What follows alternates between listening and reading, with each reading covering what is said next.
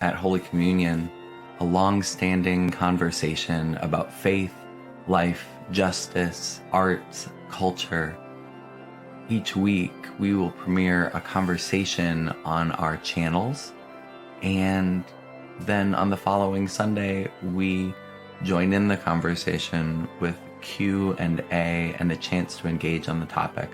We're so glad you have joined us. Welcome to the forum. My name is Mike. I'm one of the priests at Holy Communion.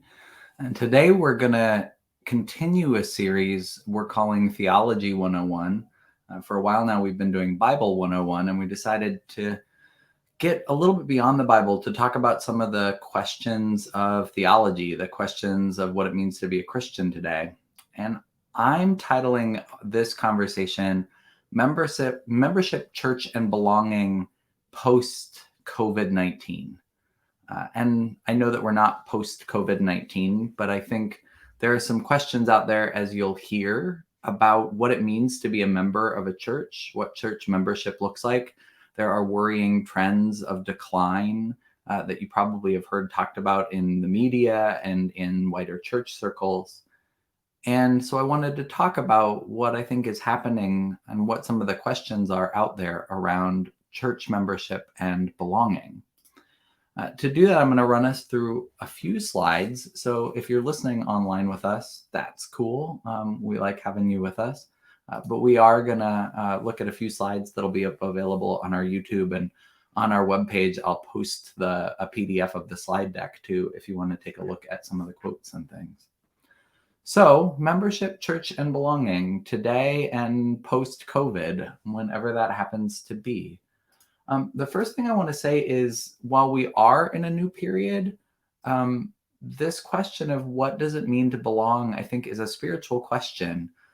The social researcher and Episcopalian Brene Brown has said that belonging is being part of something bigger than yourself, but it's also the courage to stand alone and belong to yourself above all else. In her book, Braving the Wilderness, she talks a lot about this theme of belonging. And she has found that the question of belonging is one of the questions of our time. And how we belong, the institutions to which we belong, matter. And she talks about her own church membership at Christ Church Cathedral in Houston as an important part of how she practices this belonging in the book. But I want to frame that this is a big question. This is a question that a lot of us are struggling about. And it's not necessarily as simple as we sometimes frame it. I also want to notice that belonging and our idea of membership has shifted before in the church. In the history of Holy Communion, we were actually born as a congregation in 1869. Which was a time when there was a lot of shift going on. You see on the screen here a picture of box pews at a church on the East Coast of the United States. For a long time in the Episcopal Church, and basically in every church in the country, pews were important because pews signified membership. Your membership was in that you paid a fixed rent for your pew. And so you had an assigned pew number and you rented your pew. And you can see these box pews on the East Coast, they had little doors. And you had your little pew that was your pew, and you could leave things in it, and you were responsible for bringing in your heat in some churches.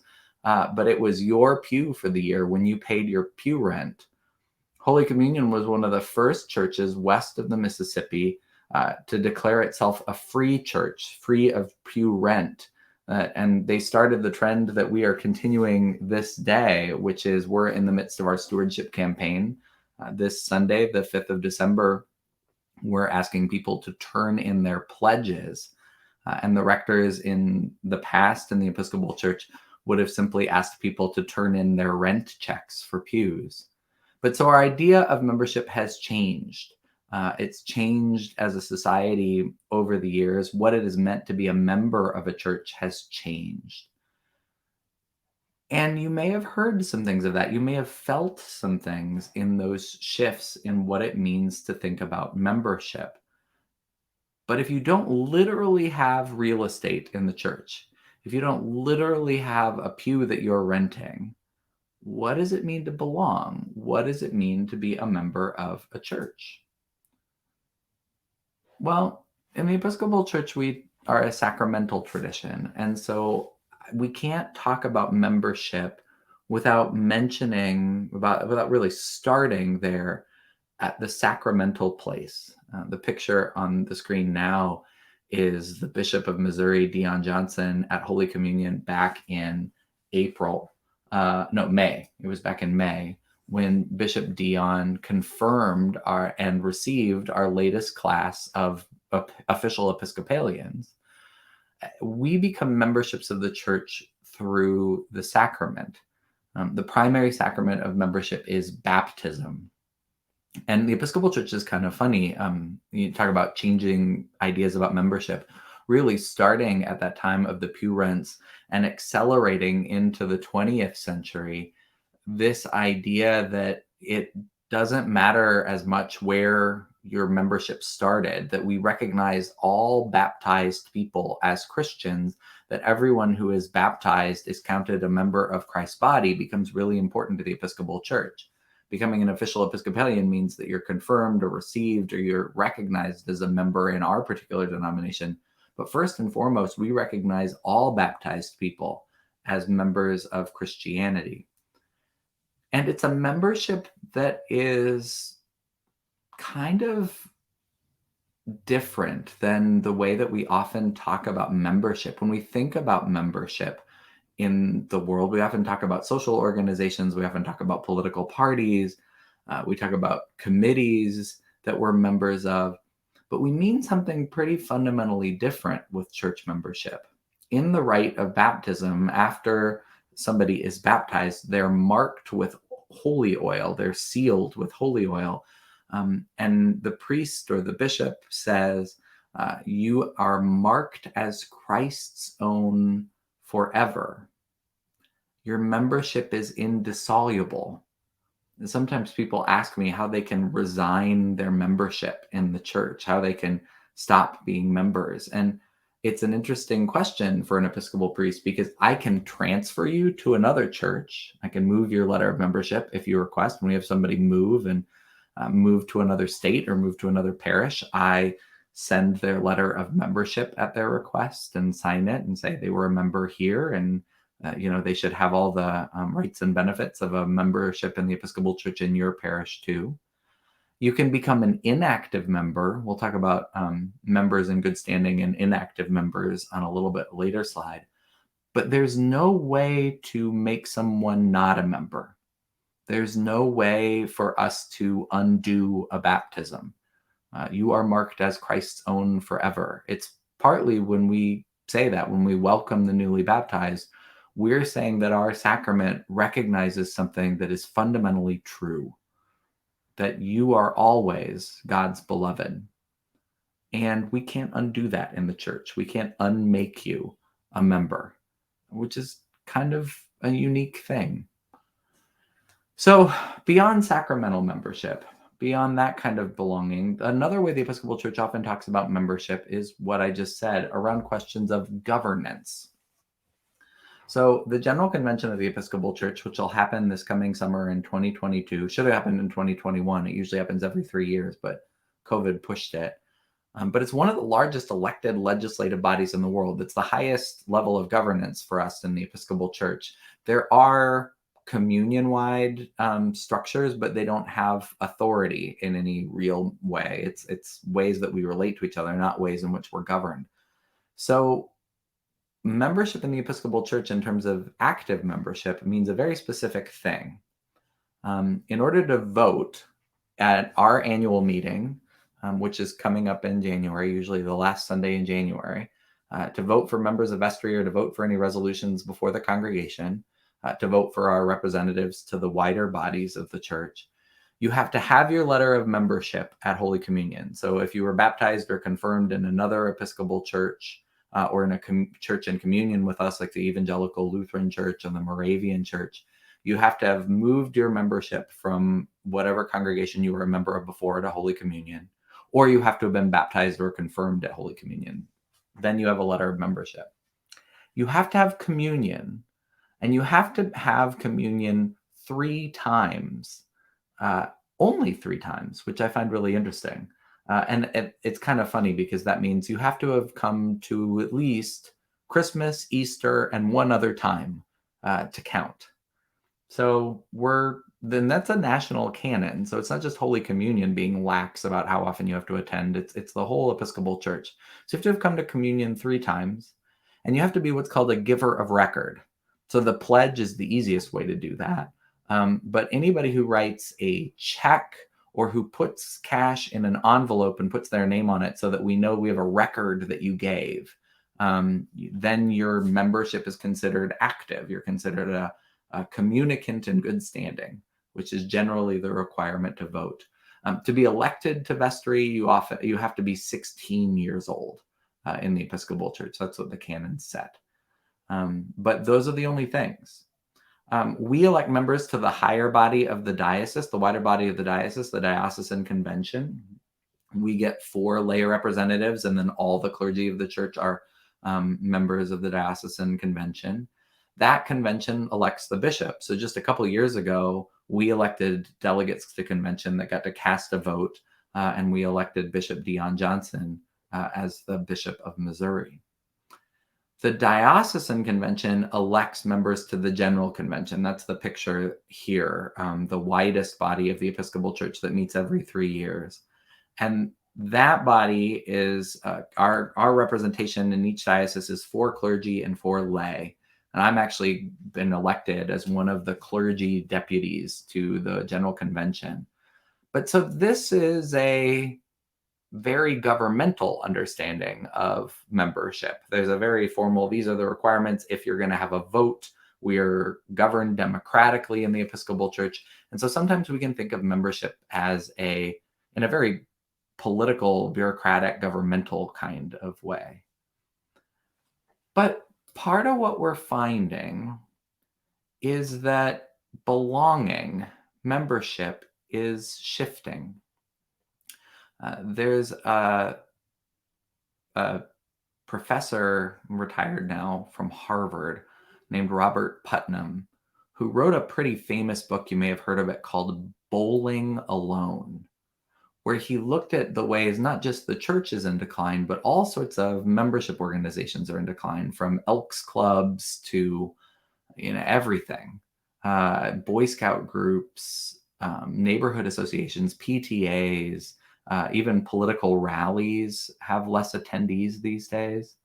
But he says that all of our ways of belonging, all of our ways we associate in community are on the decrease. And this book was written 20 years ago now. He says, people divorced from community, occupation, and association are first and foremost among the supporters of extremism. I find that really interesting. This idea that as our civic life has declined, as we've belonged less to organizations, even labor unions, organizations that put us in a wider community, like churches, we have become more prone to extremism. Basically, if you don't have to do community with a group of people who don't look like, who don't think like, who are just a crazy amalgamation of people, if you don't have to regularly do community with folks like that, then you can get brought into a silo where you're very, very prone to extremism. How much are we seeing more extremism in these days? So I want to talk about a couple of ways in which the church is looking at addressing these questions. There is a quote this quote at the top is from Dietrich Bonhoeffer, a famous 20th century theologian who famously was killed by Hitler. He was part of the confessing church in Germany. He escaped the war originally to the United States, taught at Union Seminary in New York, but then went back and decided that he was going to be part of the church working against Hitler and the Reich. And in the midst of that, as a prisoner of war, he wrote letters from prison, and Dietrich Bonhoeffer had a lot to say about the future of the church, even in the early part of the 20th century. And he said this famously: "The restoration of the church will surely come only from a new type of monasticism, which has nothing in common with the old, but a complete lack of compromise in a life lived in accordance with the Sermon on the Mount.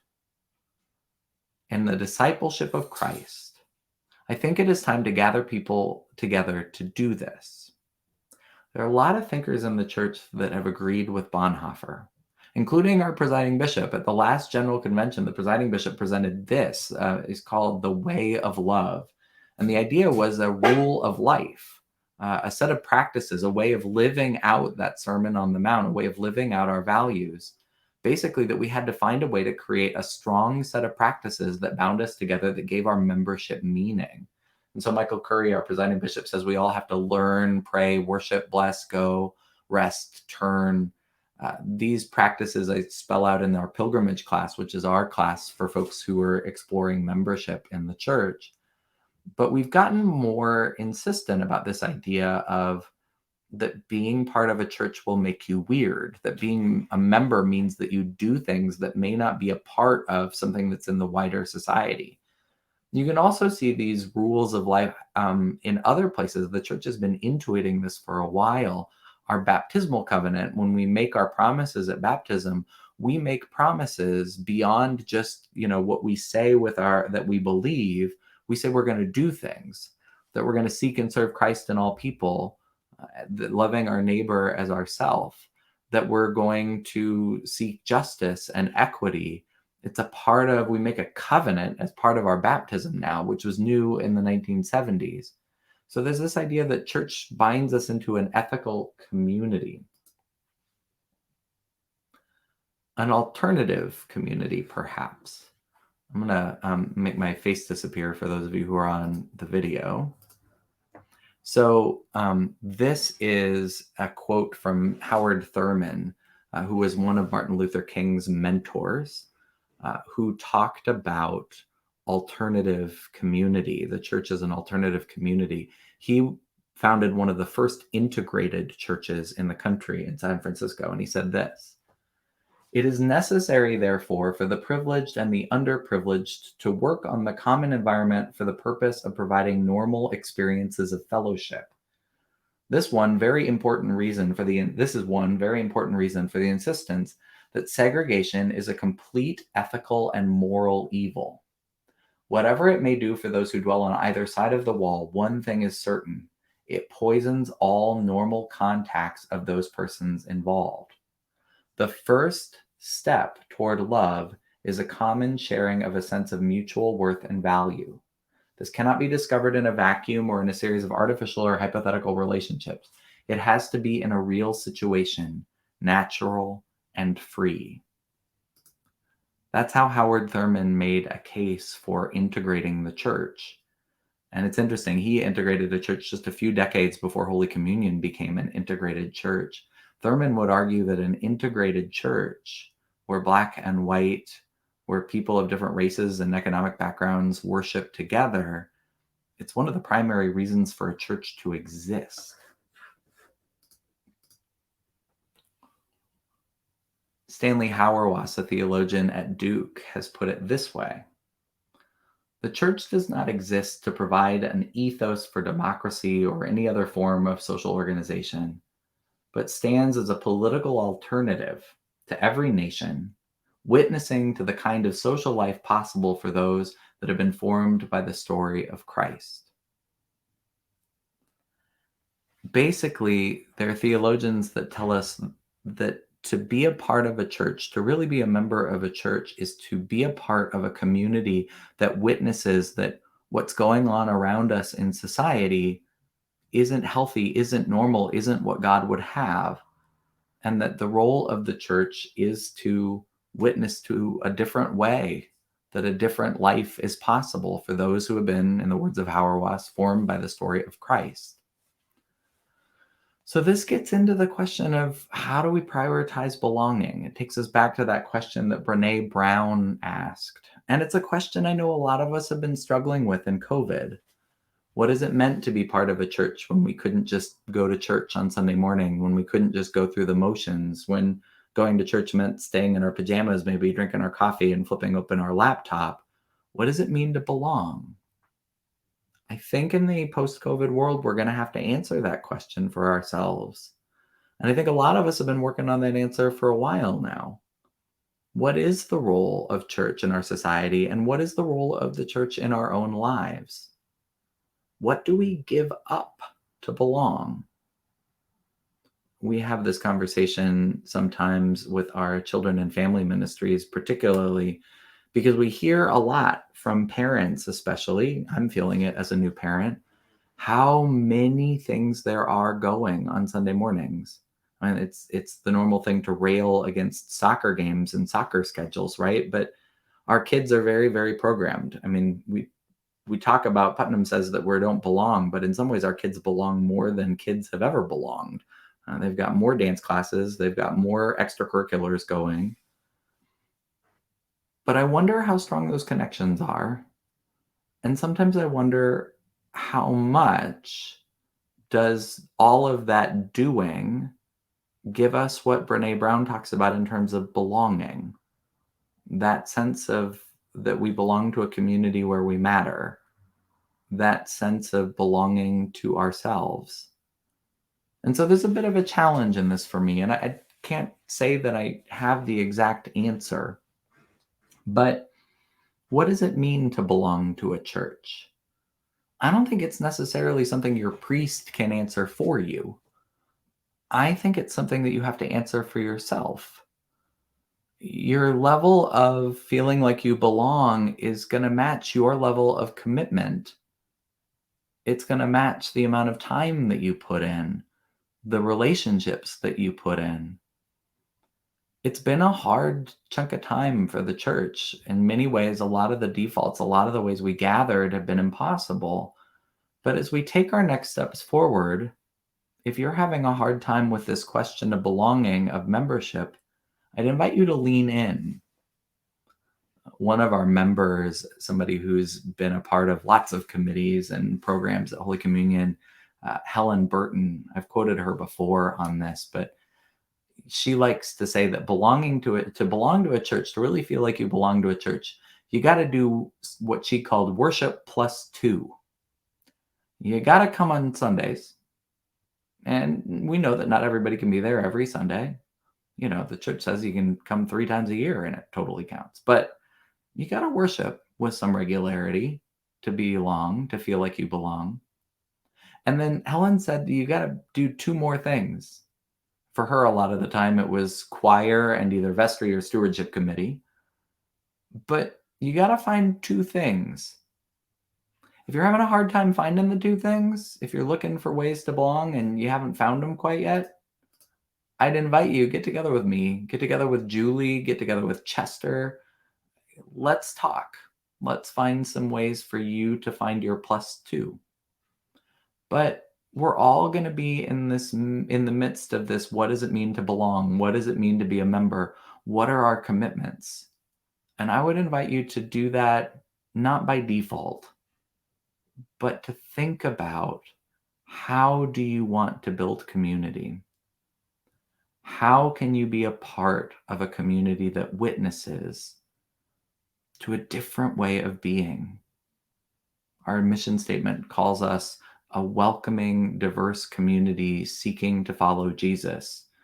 Basically, we don't think you can follow Jesus all on your own. It takes a village. So what are the ways in which you are going to choose to belong? What are the ways you're going to lean in? I look forward to talking about those with you. So for those of you who are able, we're going to gather Sunday morning, 5th of December, 9 a.m. Looks like the weather's going to be nice. Sit out on the front lawn of Holy Communion. If it's not raining, if it is, we'll find space inside. We'll keep our masks on. But we can talk about this. We can talk about Q&A. And if you can't make it at 9 o'clock on Sunday, don't worry. I'd love to engage you around these questions. I know a number of people who would love to engage you around these questions of belonging and meaning.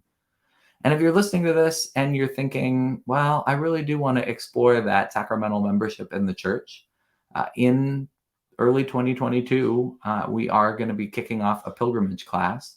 I'll make sure that the sign up is available at holycommunion.net/info.